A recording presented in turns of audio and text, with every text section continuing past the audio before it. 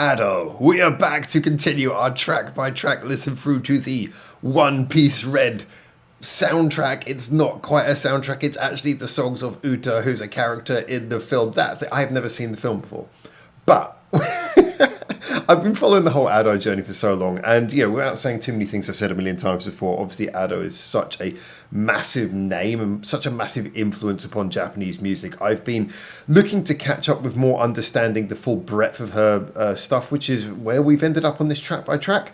We are here now with the song Fleeting Lullaby. Now, I should point out, this is a rather interesting one because the first 3 songs were all done by very famous authors. We had New Genesis was Nakata Yasutaka, who's famous for things like Perfume, Carry Pami Pami. Then we had I'm Invincible, which was written by, obviously, Mrs. Green Apple. I was nearly said Mr. Children.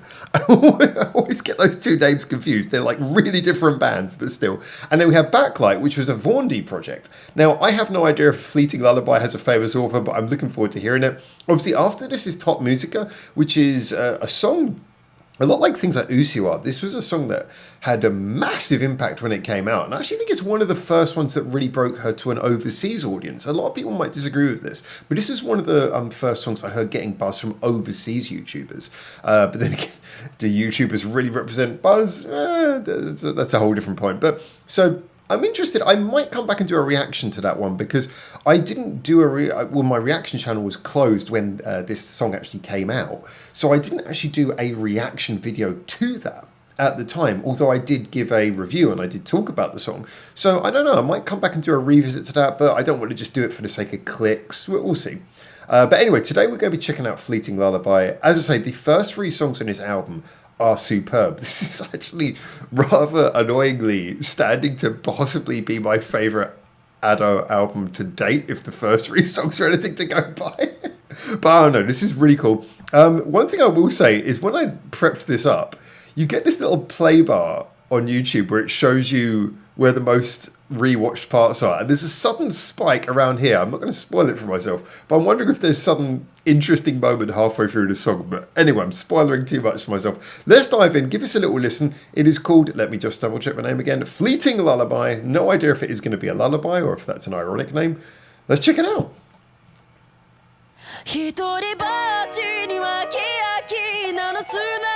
Oh, okay. Got a bit of swing rhythm already.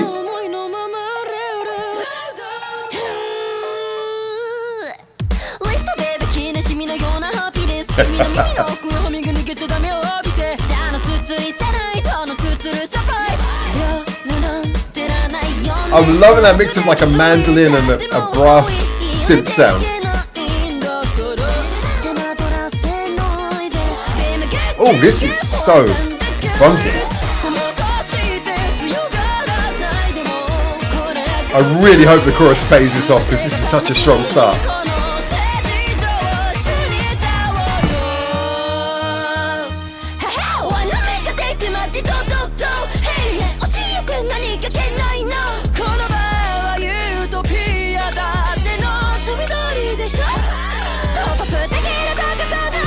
There's so many little sounds coming and going, but they're all so sharp and precise.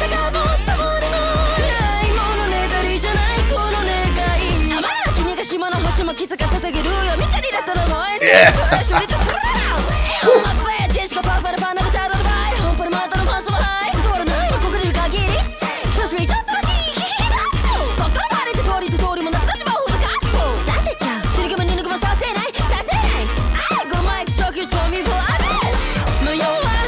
That was such a lovely little bit. Was that the bit that got all the attention? Maybe. That second verse was amazing.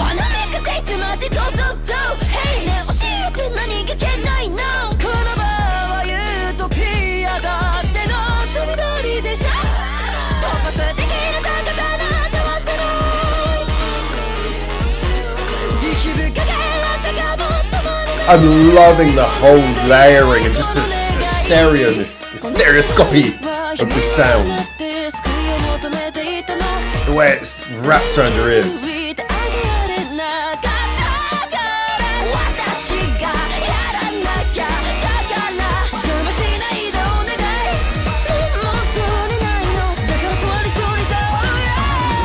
Key change? No.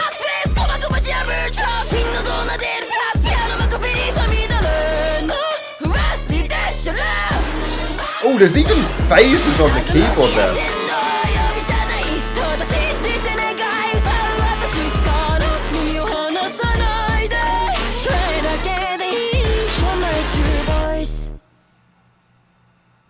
Oh, that's it. Ooh. Leaving 20 seconds to spare. I wanted more.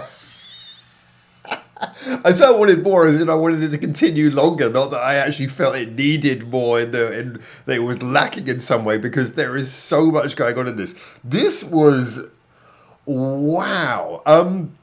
It's interesting because I heard someone say on my comments to the previous reaction that this was their favourite song on the album. This is one of those songs where, a lot like with I'm a Controversy, I don't know if I can even compare this to the rest of the album, because this is doing something totally different. Yeah, we got like a lot of the other songs so far. They got big choruses. They got, you know, this big feeling of like they're anthemic, they're singles. Yeah, they got all different sounds, but they definitely are songs that you could release as a single. This doesn't feel like it's supposed to be released as a single. This feels more just like a really fun bit of just creative playfulness, and that's probably one of the other reasons why I'm really actually quite taken by this. I really enjoy the whole way this song comes together. Now, it also does another thing that I really like, but we'll get onto that in a minute. First of all, let's just talk about the way the sound of this is created. This is doing something that I personally really like, before I move on to the other thing I really like. And the thing that I really like, firstly, with this, is that it's using a lot of super sharp sounds. Now, I know there's a lot of people who, when they do things like production or when they create sounds, they like to use things like a lot of reverb and lots of things that make sound a bit bigger, a bit more spacious. That's great, and there certainly are styles where that can work. For me, I've always liked it when sounds feel really close to your ears and there's a sharpness and there's actually a lack of reverb, because it means everything feels purposeful. Every note when it lands has a bite. It lands instantly, and when the note ends, it comes away instantly, and it just gives everything this real feeling of precision, which means that when you do play, you know, even if you're playing a little bit off beat, everything feels like, every single thing feels intentional. It feels like you're really getting the full impact of the musicianship. Now, don't get me wrong, I'm sure a lot of this is actually programmed in, but it really feels lively because each note has bite, and there's so many different sounds. And this is also important when you've got something where there's so many different sounds going on, to have each sound feel real close to your ears, a lack of reverb, and just this kind of sharp precision. I mean, from the get-go, there was that bit where there was this really sort of low, super low brass sound, borderline to a kind of like a farting trumpet on one side. And then we had this kind of weird string sound, again, synthetically produced, but it felt almost like a mandolin on the right-hand side, assuming I got my headphones the right way around. I think it was around about here. And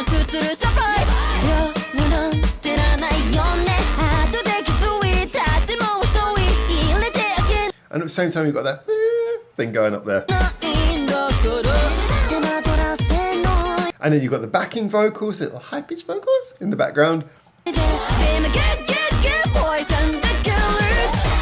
And at that point, there's not even any bass. The bass isn't even coming, because the brass on the side is kind of already doing the low notes. But there's so much going on there. There's so many individual sounds, so distinct and unique from each other. You know, the brass is playing on the beat, kind of a little bit of a swing.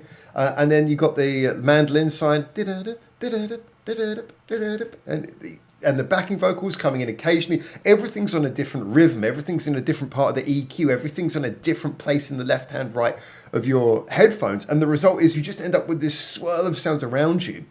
But each one is precisely biting through and grabbing your attention. So even though there's so many things going on, each thing that's happening feels distinct, and you can really just take it all in at once. And it just feels lively. But at this point, we haven't even had the bass proper drop in. There's no like bass line or anything under it at this point. But you're given so much to engage with because of the way the sounds are put together.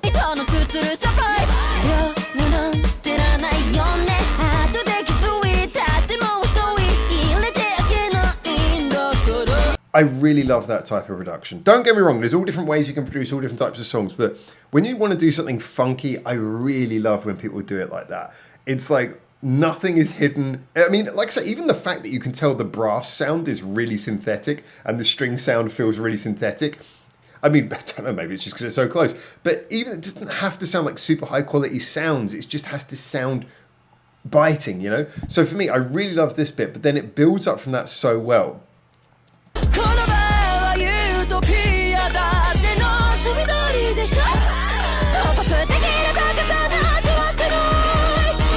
I mean, listen to that. You got the sort of, now you got the low bass note holding in the underneath and holding in the underneath. But then it means that because the bass is now holding this very thick layer underneath everything, all the other sounds just get to come in with this sort of crazy, that they get freed up to become more crazy and more.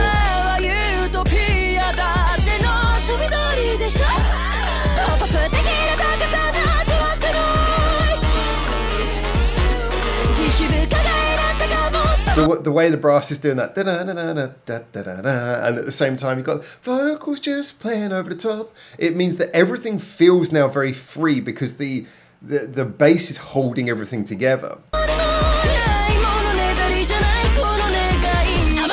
And then we get into this second verse, and this is where people start paying attention. Now, this is where I want to shift on to talking about the second thing I love, which is that I've said this before. And this can be a very difficult topic to discuss because people will tend to tune out immediately the minute you start talking about it. But it's important to be clear about what I'm talking about. I really love when rap as an art form is used in music, but the difference between what actually makes good rap and what makes fake rap, or just rap where it's just there for the sake of it and is kind of like not really doing anything interesting with the art form, it's not to do with what you're talking about or any of these things. It's not to do with like a certain style. It's to do with, are you using the techniques that makes rap interesting? So are you using the tone of your voice to really project what you're saying? Are you using it to really add feeling? Are you changing the rhythm of your syllable delivery enough to make it interesting and to make it varied? These are the two main things. But then on top of that, it's also how you generally work with the beat that's there. And obviously lyrics is an aspect of it as well. But I would say the more important thing is, are you conveying what you're saying in your tone of voice, in your delivery? Are you using the full range of your voice? Because if you're not having to sing a melody, which sometimes you are when you're rapping, but if that's not the key thing, are you using the full expression of your voice? And are you doing something interesting with the rhythm? And then you can obviously add things like internal rhyming, which is much more complicated in Japanese, although in a way also much easier than doing it in English. And obviously lyricism as well. But when we look at those two main points, the 2 points that I think so many modern pop rappers or people who do rap who don't do it as a full-time thing, the main thing they get wrong is that the expression is just boring. Like I've heard so many who's like, I did really complicated rhyme structure and I did really complicated rhythm, and you listen to it, it's just flat and it's and it's just like there's nothing interesting about the expression. Ado has a quintessentially one of the most beloved expressive voices, and I think the reason why everyone's attention suddenly peaks here is in this second verse. Her expression, it's superb. Now, the rhythm also changes up. So there's a lot of rhythm changing, there's a lot of expression. And for me, what she's doing here is much more akin to actually what makes good rap than a lot of the stuff we hear from, dare I say it, a lot of the K-pop groups and a lot of the, and there's like J-pop groups doing this as well, who've become very popular in the mainstream, where it's like everyone's lauding them for being great at rap, but all they're doing is just sort of like punching a bunch of flat rhythms. This to me, this feels like proper rap. I've got to be honest, I really felt the whole way she expressed this feels like the way rap should feel.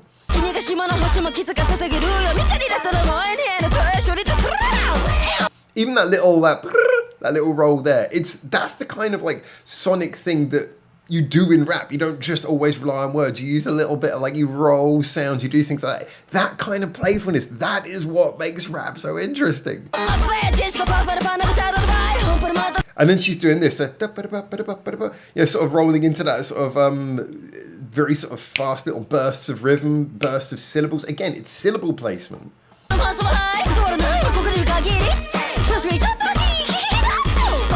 Again, using vocal expression. So, it's still part of the music. She's not just laughing, she's actually laughing to the beat, and she's using it to express what she's saying in a way that uses her voice beyond just the words.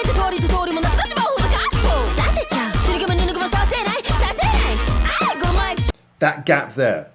Do you hear how important that is? She's been so fast. Like her syllable delivery up to that point is so fast that you really feel that gap again, and it means that the next thing she says after that gap ends punches in much harder.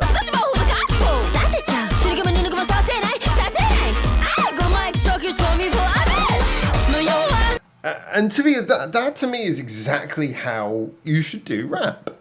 And you know, I know I'm going to get like the funny thing is that sometimes I get people who accuse me of being like a rap purist, which is hilarious. And then you get other people who actually are rap purists who say, "Oh, it can't be rap. It's you know, some Japanese female vocalist in a pop focused song." I don't care. That to me is what rap is. That's the way you do it.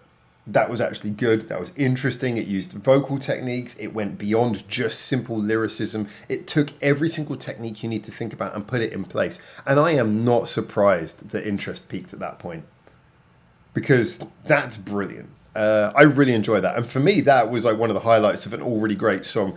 So I really enjoyed this. I enjoyed the rhythm. I enjoyed the way it's structured together.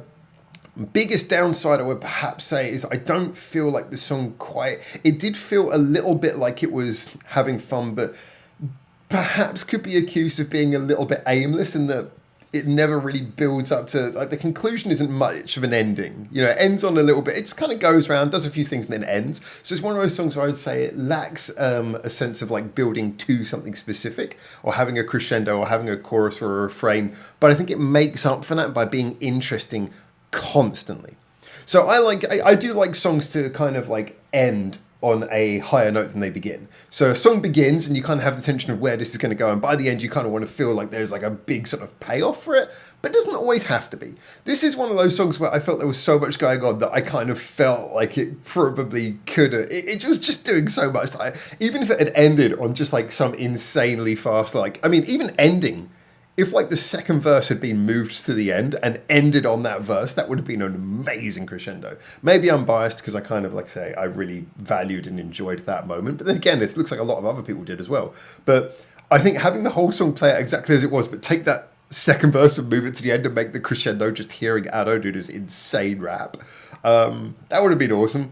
But, you know, look, this is just me sort of like giving one little point. I would say overall, I really enjoyed this. I don't think saying it's my favorite song is difficult, because I feel like its purpose, its intention, its design is so wildly different from the other three songs. I feel like it's hard to compare it. It's doing something very different. But it plays a lot towards the things that I really enjoyed. I think it uses Ado's voice incredibly well. This was great. I really enjoyed this. So I would definitely recommend this. I've been speaking for nearly 20 minutes about this. That shows you how much I like it. So as always, get in the comments, tell me what you think. And until I hopefully see you very soon in Japan for the next one of these. For now, ciao, ciao.